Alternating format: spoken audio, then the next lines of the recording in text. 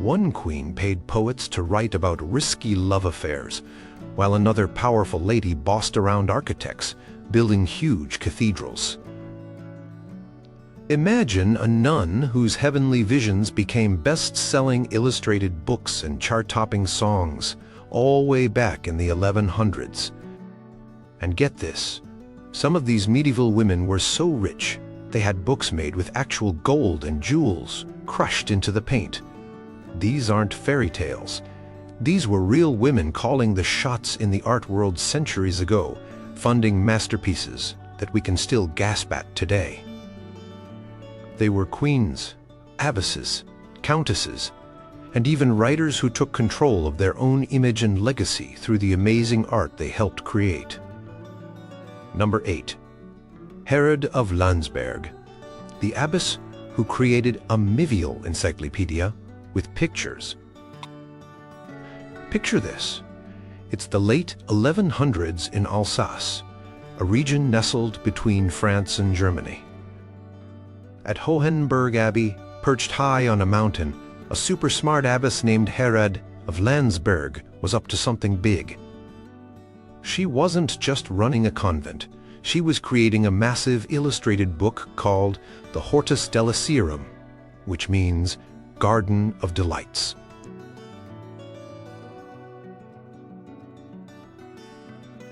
This wasn't your average. It was more like a medieval Wikipedia, designed to teach the nuns and novices in her care everything they needed to know. Herrad was born around 1130 into a noble family, so she likely received a good education before entering the abbey. She became abbess around 1167 and held the position until her death in 1195. During her time as leader, she decided her nuns needed a comprehensive learning tool. So she gathered information from all sorts of sources, the Bible writings by early church fathers, classical authors, and even contemporary thinkers. The Hortus Deliciarum contained philosophy, theology, history, science, and poetry. It even had a section on music, including some of the earliest examples of polyphony, music with multiple harmony parts, written by women. But what made the Hortus Deliciarum truly special were its illustrations. There were over 300, maybe even closer to 600, by some counts, colorful drawings and diagrams bringing the text to life. These pictures weren't just pretty decorations. They were teaching aids. They showed scenes from the Bible, allegories of virtues and vices fighting each other, portraits of famous philosophers, and even diagrams of the cosmos. Herrad herself might have drawn some of them, or at least closely supervised the artists in the Abbey scriptorium, which was the room where manuscripts were copied and decorated. The book showed a ladder of virtue, with figures climbing towards heaven and terrifying depictions of hell to warn against sin. There were images of everyday life, too, giving us glimpses into the medieval world. One famous illustration showed the nuns of Hohenberg Abbey themselves, with Herrad in the center. The text was mostly in Latin, the scholarly language of the time, but Herrad also included some explanations and poems in German, her local language. This was unusual and showed she wanted the book to be accessible to all her nuns, even those less fluent in Latin. She wrote original poetry for the book, too, expressing her own thoughts and feelings. The Hortus Deliciarum was a huge book, written on parchment, animal skin. It was a collaborative effort, with many nuns likely helping to copy texts and prepare pigments for the illustrations. Sadly, the original manuscript was destroyed in 1870 during the Siege of Strasbourg, when the library where it was kept caught fire. This was a massive loss for history. However, thankfully, scholars had studied and copied parts of it before its destruction. There were detailed tracings made of many of its illustrations in the 19th century, so we still have a good idea of what it looked like and what it contained. These copies show us Herrad's incredible vision and the vibrant artistic life within her abbey. She wasn't just a spiritual leader. She was an educator, an author, an artist, and a patron who created one of the most remarkable books of the Middle Ages. Number 7. Urraca of Zamora the Infanta, who gifted golden treasures to the church. Meet Urraca of Zamora, a Spanish princess, or infanta, who lived in the 11th century. She was born around 1033, the eldest child of King Ferdinand I of Leon and Sancha of Leon.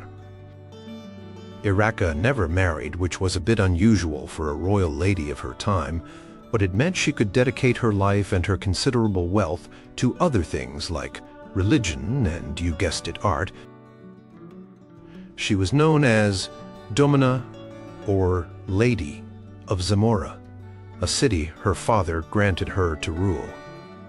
Urraca was a major player in the politics of her day, often acting as an advisor to her brothers, especially Alfonso VI of Leon and Castile. But beyond the royal drama, she was a serious patron of the church, and she commissioned some truly stunning pieces of religious art. Two of her most famous commissions are still around today, housed in the treasury of the Basilica of San Isidoro in Leon, a church her family had strong ties to. First, there's the casket of Doña Urraca. This isn't just any old box. It's an incredibly ornate reliquary, a container for holy relics made around 1063. It's crafted from wood covered in embossed silver gilt plaques and exquisite ivory carvings.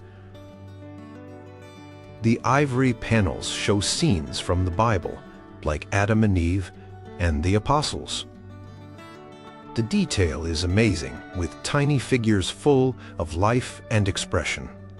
The casket was designed to hold the relics of St. Pelagius and St. John the Baptist. An inscription on the casket clearly states that Urraca, daughter of King Ferdinand, ordered it to be made. This kind of personal stamp was a way for patrons to show their piety, and also, let's be honest, their power and wealth. Then there's the chalice of Doña Urraca. This is one of the most famous pieces of medieval Spanish goldsmithing. What's super cool about it is that it incorporates two ancient Roman agate drinking cups, one forming the bowl of the chalice and the other its base. These cups were likely prized antiques even in Urraca's time. She commissioned skilled goldsmiths to transform them into a Christian chalice by adding a richly decorated gold mounting. This mounting is studded with precious gemstones, pearls, and enamels. There's an inscription around the base of the cup that says, "In the name of God, Urraca Fredinandi," clearly linking her to this magnificent object. Some people even once thought this chalice might be the legendary Holy Grail, though historians don't support that idea. What it definitely is, though, is a testament to Urraca's taste and her devotion. Urraca didn't just commission small, portable objects. She was also involved in architectural patronage. She supported the construction and renovation of churches and monasteries, particularly in her city of Zamora and in Leon. The Basilica of San Isidoro itself, where her treasures are kept, underwent significant expansion and decoration during her lifetime, partly thanks to her family's patronage. By funding these buildings and their decoration, Urraca was helping to spread the Romanesque style of art and architecture which was flourishing in Spain at the time. Her contributions helped make places like San Isidoro major centers of religious art and pilgrimage. Urraca died in 1101, leaving behind a legacy not just as a powerful political figure but as a discerning patron whose gifts continue to dazzle us nearly 1,000 years later. Number 6. Jeanne d'Evreux, the queen with the teeniest, most exquisite prayer book. Imagine a queen who carried her faith in a book so small that could fit in the palm of her hand, yet so detailed it took a master artist ages to create. That queen was Jeanne d'Evreux, and her prayer book is one of the most famous illuminated manuscripts ever made. Jeanne was born around 1310 and became Queen of France when she married King Charles IV in 1325. She was his third wife, and they were cousins, so they needed special permission from the Pope to marry. Sadly, Charles IV died just 3 years later, in 1328. Jeanne was pregnant at the time, but she gave birth to a daughter, Blanche, not a son. This meant the direct Capetian line of French kings came to an end, leading to the Valois dynasty and eventually contributing to the 100 Years' War with England. After Charles's death, Jeanne, still a young widow, never remarried. She lived for over 40 more years, dying in 1371. During her long widowhood, she became known for her piety and her extensive patronage of the arts, particularly religious art. The most famous piece she commissioned is The Hours of Jeanne d'Evreux. This tiny, luxurious book of hours, a personal prayer book popular with wealthy lay people in the Middle Ages, was made for her by the Parisian artist Jean Pouchel between 1324 and 1328, likely as a wedding gift from her husband, or commissioned by her shortly after. It's incredibly small, measuring only about 3.5 by 2.5 inches, seriously tiny. But don't let its size fool you. It's packed with around 700 illustrations, including 25 full-page miniatures. What makes these illustrations so special is the technique Pouchel used, called grisaille. This means the figures are painted in shades of gray, like little sculptures on the page, with delicate touches of color to highlight certain details. It's incredibly sophisticated and elegant.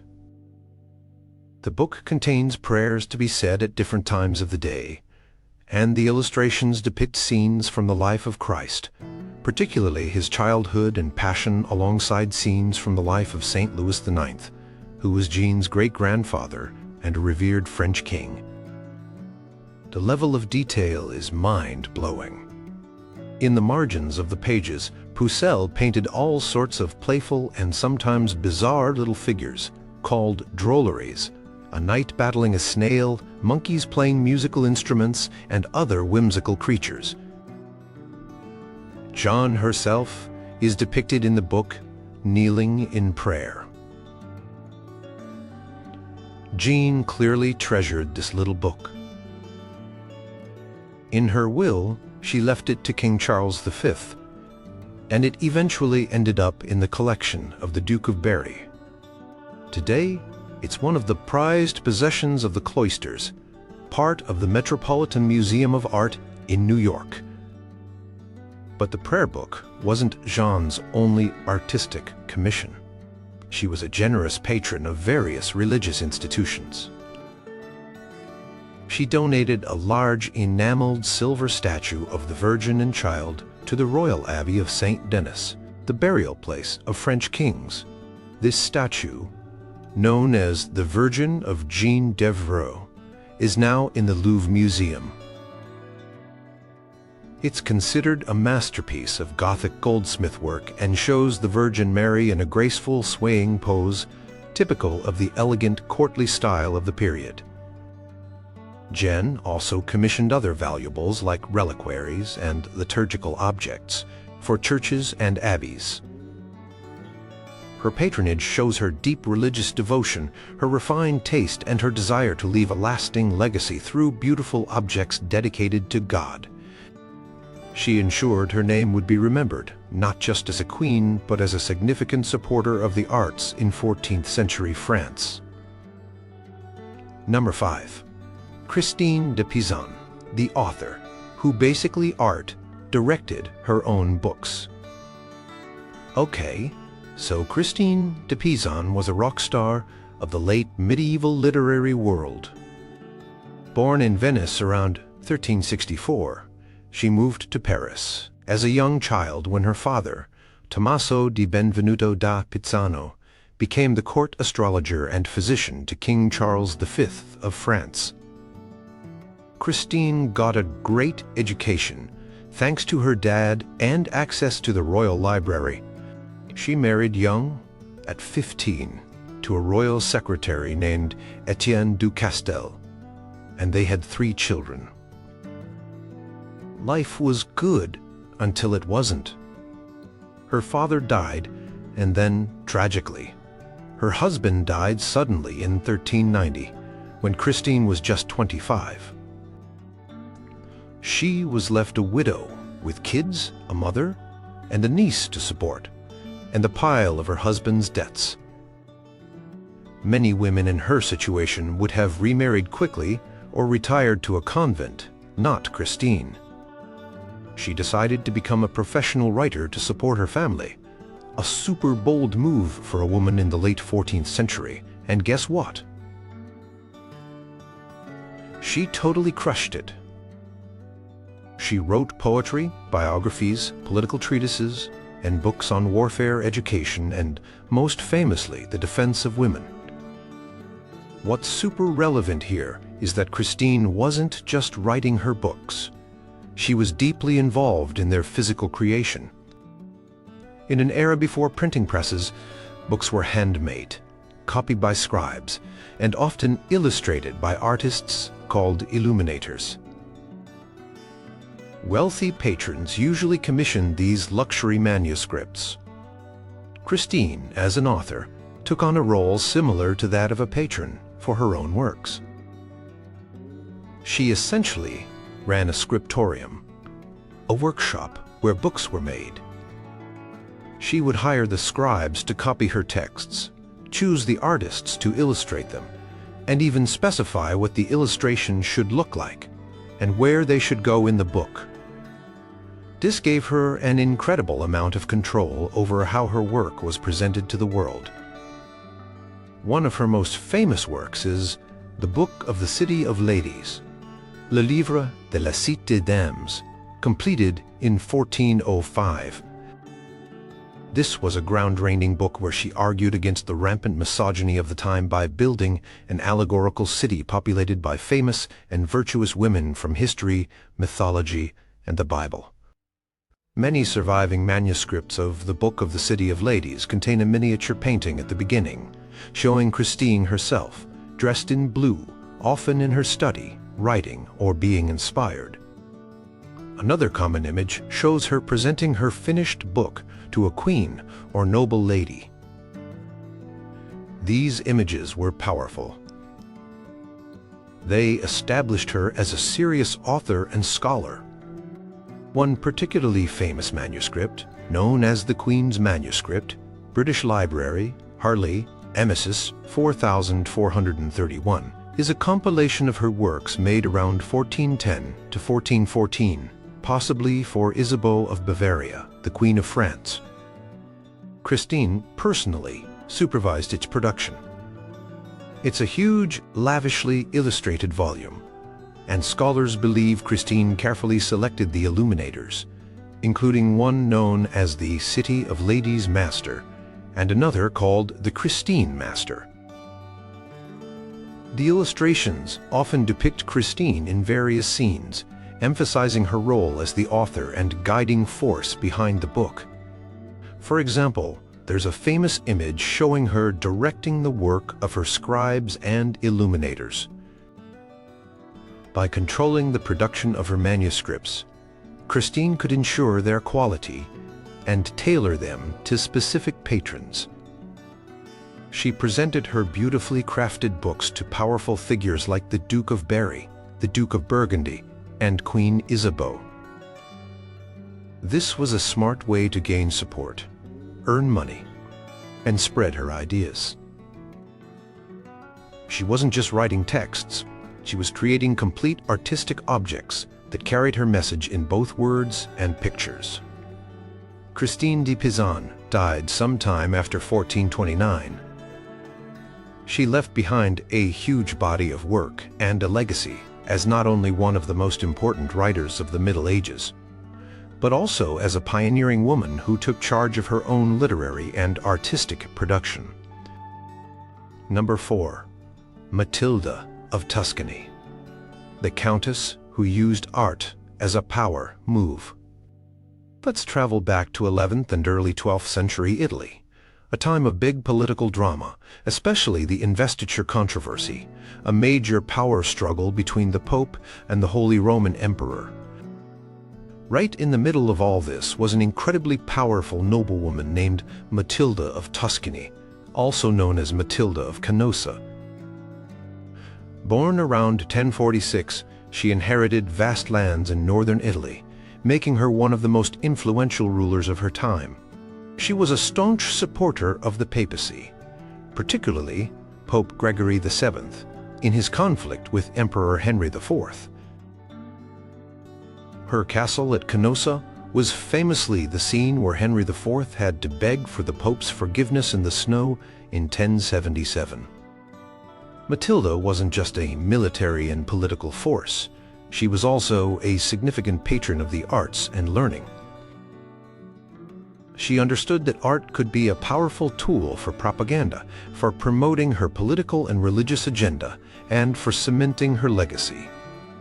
She commissioned and supported the creation of manuscripts, churches, and monasteries throughout her territories. One of the most famous artistic projects associated with Matilda is the Vita Mathildis, the Life of Matilda, an epic poem written in Latin by a monk named Donisa of Canossa. This was basically her official biography, celebrating her life, her piety, and her unwavering support for the papacy. Matilda herself commissioned this work. What makes it extra special is that the original manuscript, which still exists, it's in the Vatican Library, Vatlat 4922, is illuminated.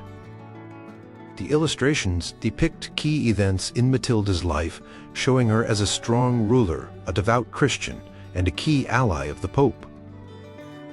There are images of her with Pope Gregory VII, her at the head of her troops, and scenes from the Canossa incident.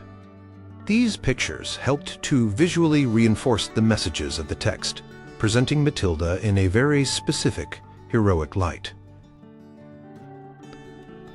It's a prime example of how art was used to shape a ruler's image.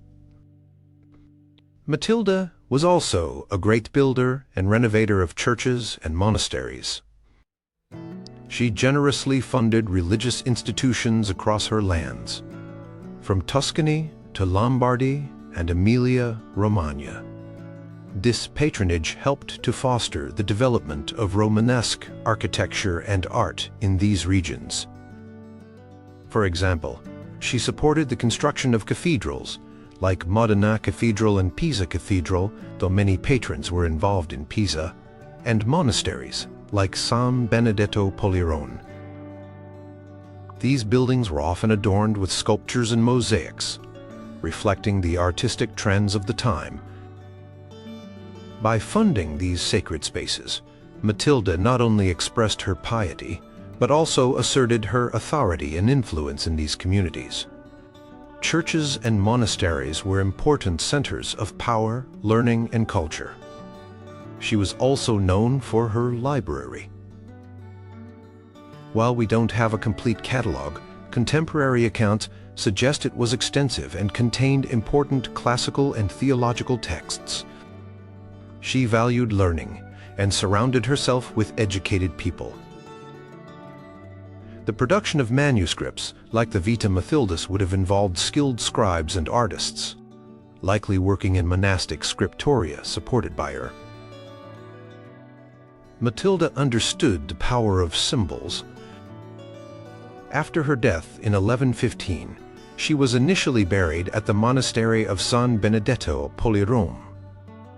Much later, in the 17th century, Pope Urban VIII had her remains moved to St. Peter's Basilica in Rome, a huge honor, making her one of only a few women buried there.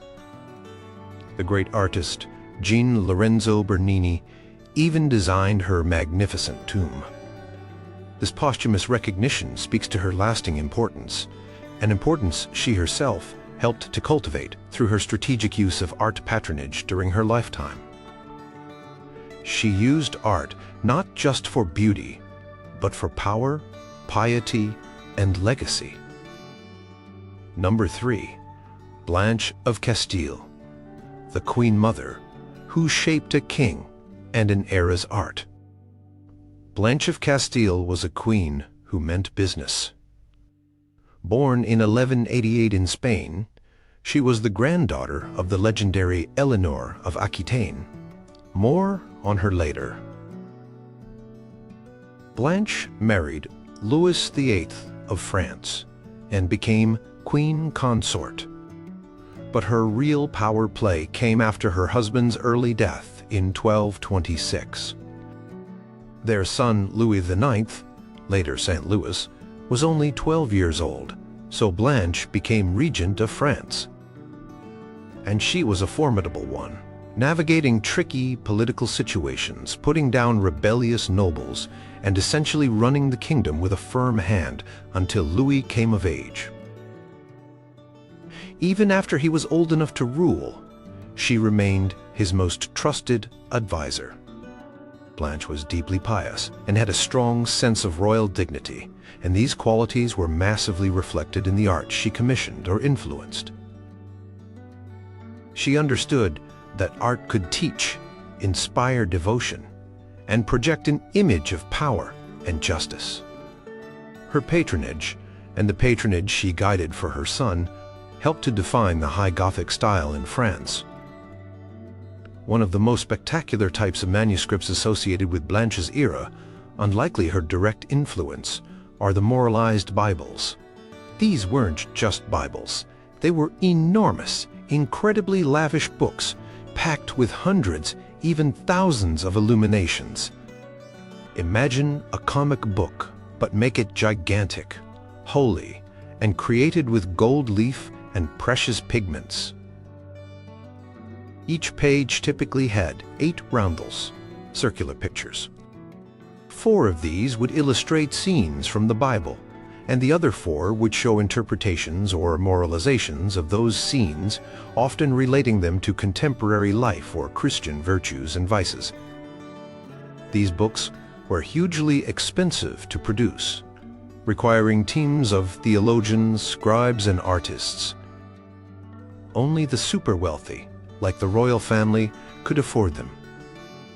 One famous moralized Bible, now in the Morgan Library in New York, MS Amor 140, is thought to have been made for the French royal family around 1226 to 1234, precisely during Blanche's regency.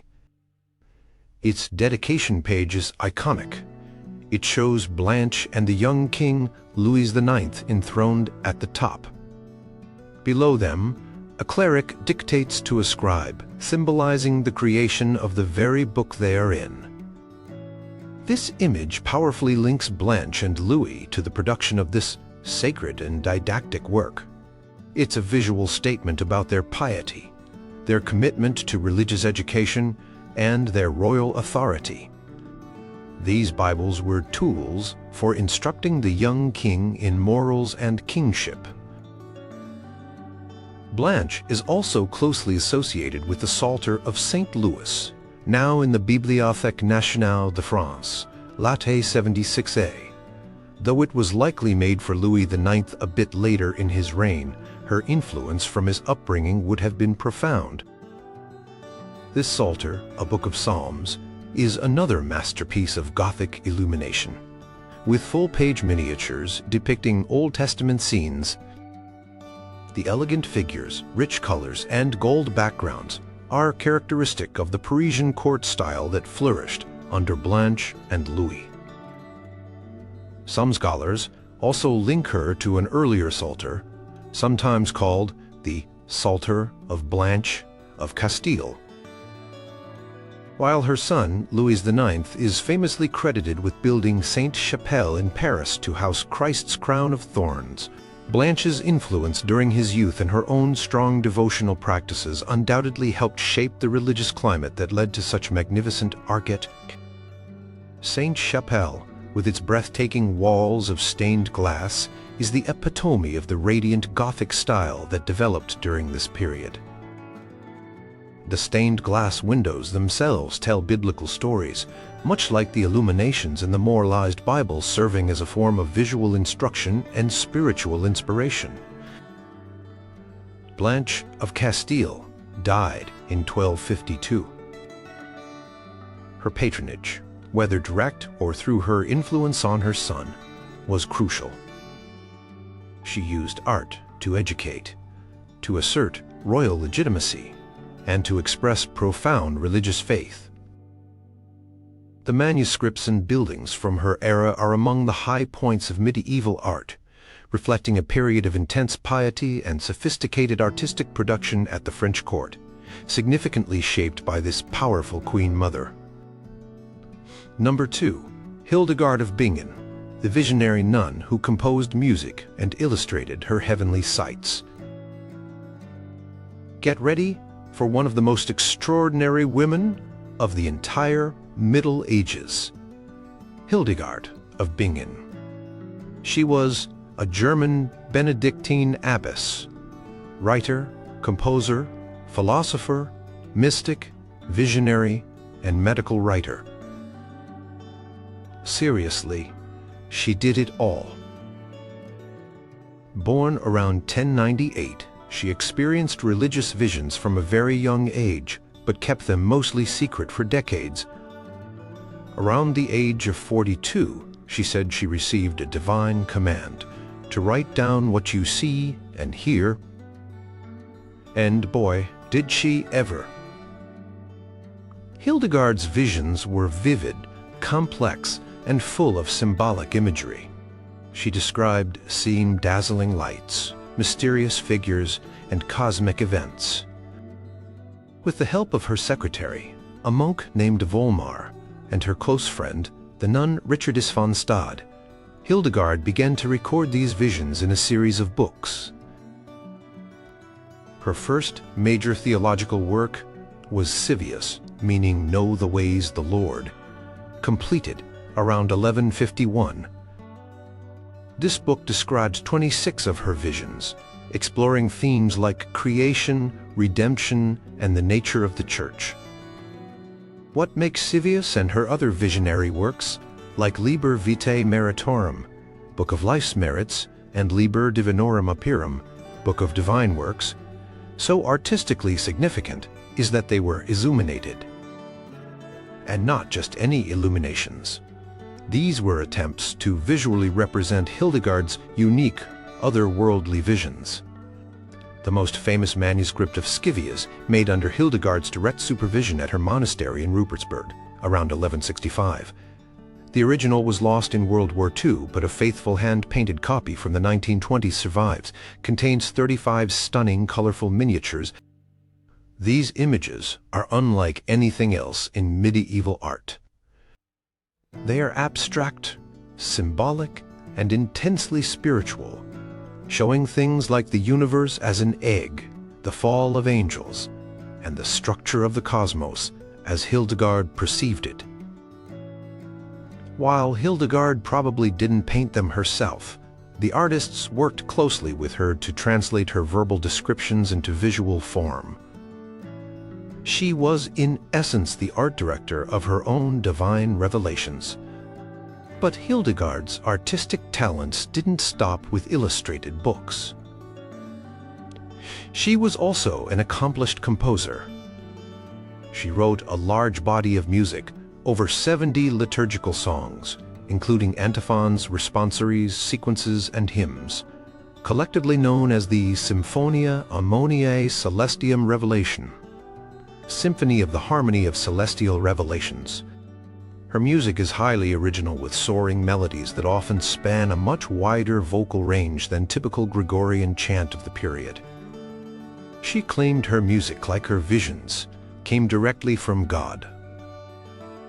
She also wrote and composed what many consider to be the earliest surviving morality play, the Ordo Virtutum, Order of the Virtues. This musical drama features allegorical characters like the virtues, humility, charity, hope, etc., battling the devil for a human soul. It was likely performed by the nuns in her convent. Imagine that, a full-blown musical theater piece, written and composed by a nun in the 12th century. Hildegard founded her own monastery at Rupertsberg around 1150, and later another at Bingen. These communities became centers for the copying and dissemination of her works. She was a powerful abbess who corresponded with popes, emperors, and other influential figures. She went on preaching tours, which was unheard of for a woman at the time. Her artistic output, her visionary writings, their illuminations, and her music was all part of her mission to share what she believed God had revealed to her. She used art and music as powerful mediums to convey complex theological ideas and inspire spiritual devotion. Hildegard of Bingen died in 1179, leaving an incredible legacy as a polymath and one of the most creative artistic forces of the medieval period. Number 1. Eleanor of Aquitaine, the Queen, who championed love poetry and epic tales. Eleanor of Aquitaine was a total medieval superstar. Born around 1122 or 1124, she was one of the wealthiest and most powerful women in Europe for much of the 12th century. First, she was Duchess of Aquitaine in her own right, a huge and rich territory in southwestern France. Then, she became Queen of France by marrying King Louis VII. They even went on the Second Crusade together. But that marriage didn't work out. They were too different, and she famously complained she had married a monk, not a king. After their annulment, she did something even more dramatic. She married Henry, Duke of Normandy, who soon became King Henry II of England. So Eleanor was Queen of France, then Queen of England. Talk about a life! Eleanor's courts, both in France and later in England, and her own lands in Aquitaine, especially Poitiers, were famous centers of culture and refinement.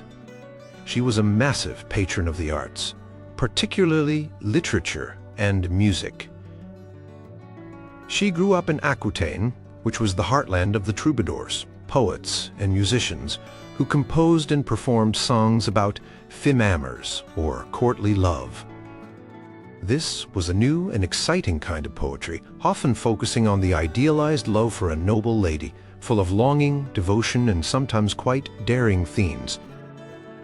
Eleanor championed these troubadours, and her patronage helped this style of poetry and music to flourish and spread. Poets like Bernard de Ventadorn were associated with her circle. When she became Queen of France, she brought this sophisticated southern culture to the more austere Parisian court. Later, as Queen of England, and during periods when she governed Aquitaine, her influence continued. She and her daughters, Marie of Champagne and Alix of Blois, were also key patrons who fostered the development of chivalric romances. These were long narrative poems about knights, ladies, adventure, and, of course, love. Writers flocked to her for support. For example, the poet Wace dedicated his Roman de Brut, an old French adaptation of Geoffrey of Monmouth's History of the Kings of Britain, which introduced King Arthur to a wider audience, to Eleanor around 1155. This work helped popularize the Arthurian legends. Another poet, Benoit de Saint-Maur, wrote his Roman de Troie, a romance about the Trojan War, likely for Eleanor's court. These weren't just light entertainment. They helped shape the ideals of chivalry and courtly behavior for the aristocracy. Eleanor's patronage wasn't just about pretty songs and exciting stories. It was also a way to project an image of a sophisticated, cultured, and powerful ruler. The themes of courtly love, with their emphasis on the refined lady as an object of devotion, arguably elevated the status and perceived importance of women within the courtly sphere, at least in literature. Even in her later years, after a long imprisonment by her husband Henry II, it's a long story involving family rebellions, and after she was freed upon his death, Eleanor remained a significant figure. She played a crucial role in governing England while her son Richard the Lionheart was on crusade. Her final resting place at Fontefraud Abbey is itself a work of art. Her tomb effigy is particularly fascinating. It shows her lying on a bier, crowned, but not in prayer. Instead, she's depicted reading a book, a powerful symbol of her learning and her lifelong engagement with literature. This was a deliberate choice, setting her apart from many other royal effigies. Eleanor's direct commissions are sometimes hard to pin down with absolute certainty compared to, say, a specific manuscript ordered by Jeanne d'Evreux. Her patronage was often about creating an environment, a courtly atmosphere where arts and letters could thrive. She supported poets, musicians, and writers, and her taste and interests significantly influenced the kinds of art that were produced. Some scholars even suggest she might have influenced or encouraged the work of Marie de France, one of the earliest known female poets writing in French, who also wrote lays, short narrative poems, often dealing with themes of love and chivalry.